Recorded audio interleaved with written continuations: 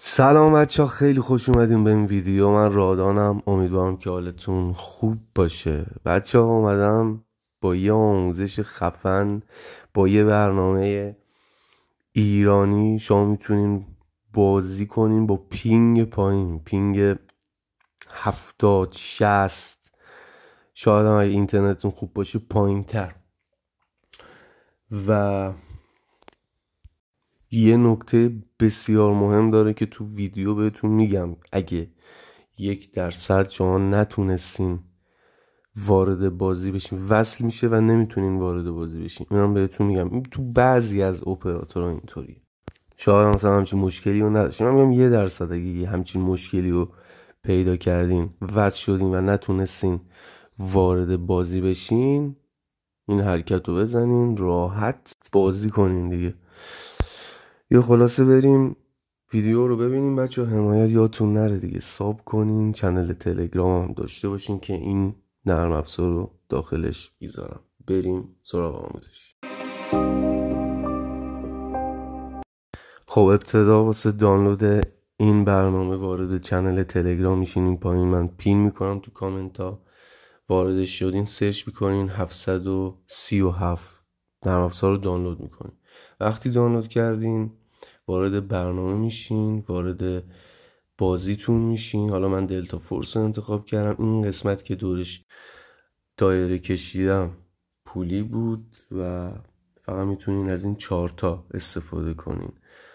روی یکیش انتخاب میکنین، حالا این آخری، یکی مونده به آخری رو میزنین و روی عکس دلتا فورس کلیک میکنین و وصل میشه و شما میاین از این برنامه بیرون و دلتا فورس رو انتخاب میکنین و وارد بازی میشین دیگه. بچه این برنامه چون ایرانی هم هست، از VPN و اینجور چیزا پینگ پایین تری میگیره. یه DNS که روش به کار برده شده، راحت با سرعت بالا وارد بازی شما رو میکنه و حتی موقع این که بخوام مچ رو استارت کنم، خودتون دیگه میبینین. الان نگاه کنین با چه سرعتی وارد لابی شدیم بدون هیچ مشکلی. و حالا تستش هم میبینین، ریجسترش خیلی بالاست، خیلی. انتخاب میکنیم مودی که میخواییم و به همین سرعت وارد لابی شدیم. حالا مچ رو ببینیم چقدر سریع پیدا کرد. بچه با سرعت بالایی پیدا کرد.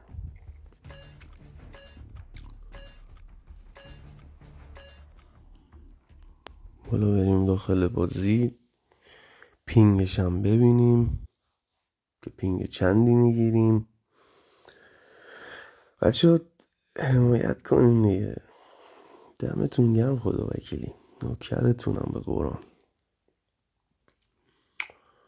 خب نکتهش هم بهتون میگم الان که اگه شما زدین وصل شد ولی داخل بازی نرفت، نکتهش هم بهتون میگم پینگ 80-70 خودتون میبین. بچه نکتهش اینه که اگه 1%، ببینید من تست کردم با ایرانسل رفت توش، با وای فای رفت توش، ولی با همراه اول نرفت. خب حالا چیکار کنیم که با همراه اول بریم داخلش؟ حالا شما شاید ایرانسلتون نتونه جواب بده، وای فایتون نتونه جواب بده. بچه ها من یه دونه VPN ست کردم، همون VPN هایی که معرفی کردم ست کردم، وارد لابی شدم. وقتی که وارد لابی شدم اومدم بیرون، وارد این نرم افزار شدم، فعالش کردم نرم افزار رو وارد لابی شدم بازی هیچ اروری به هم نداد. با همراه اول من پینگ 75 اینا رو گرفتم. فهمیدین آره نکتهش چیه؟ اگه 1% شما نتونستین با اون اینترنتتون وارد بازی بشین، میرین یه دونه VPN از اون VPN هایی که حالا خودتون دارین که بتونه وارد بازی بشه یا هرچی پیدا میکنین، وصل میشین بهش، وارد لابی میشین. وارد لابی که شدین میاین بیرون. حالا ریجستر بازی هم خودتون ببینید که چجوری بود. میاین بیرون، میرین داخل این برنامه، همین روشی گفتم سرورشون انتخاب میکنین، وصل که شدین وارد لابی میشین. به همین راحتی شما به سرور با پینگ پایین وصل میشین و از بازی لذت میبرین. برای کسایی که 1% نمیتونستن وارد بازی بشن. همین بود دیگه نکتهش. به همین راحتی شما دیگه بازی کنین، عشق کنین. نوکرتونم.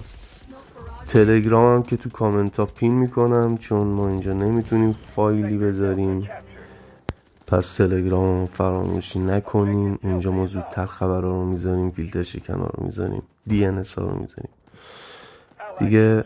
حمایتم دوست داشتی یه سابم منو بزن، خیلی نوکرتونم. عشقین. ویدیو رو با هم ببینیم. فعلا خدا نگهدار.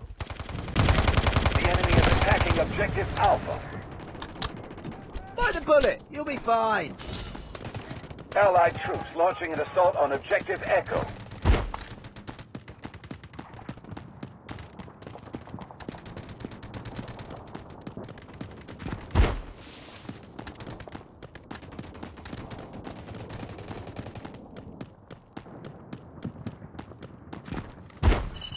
Objective Delta has been cleared by the enemy.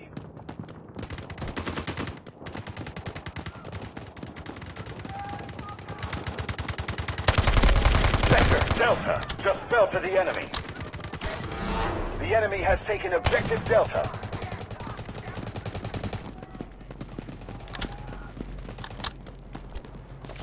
Sector Echo captured. Objective Echo is ours. Allied troops launching an assault on Objective Bravo.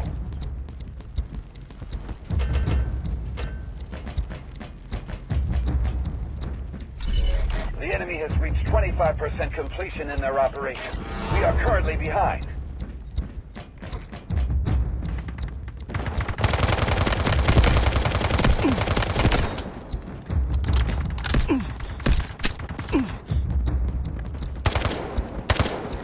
Objective Bravo clear.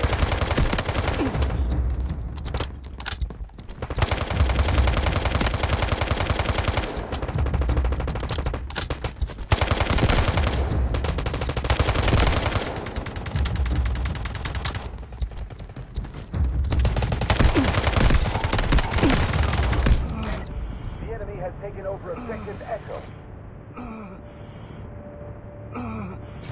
Solid start. Secure your position and be prepared for the next push.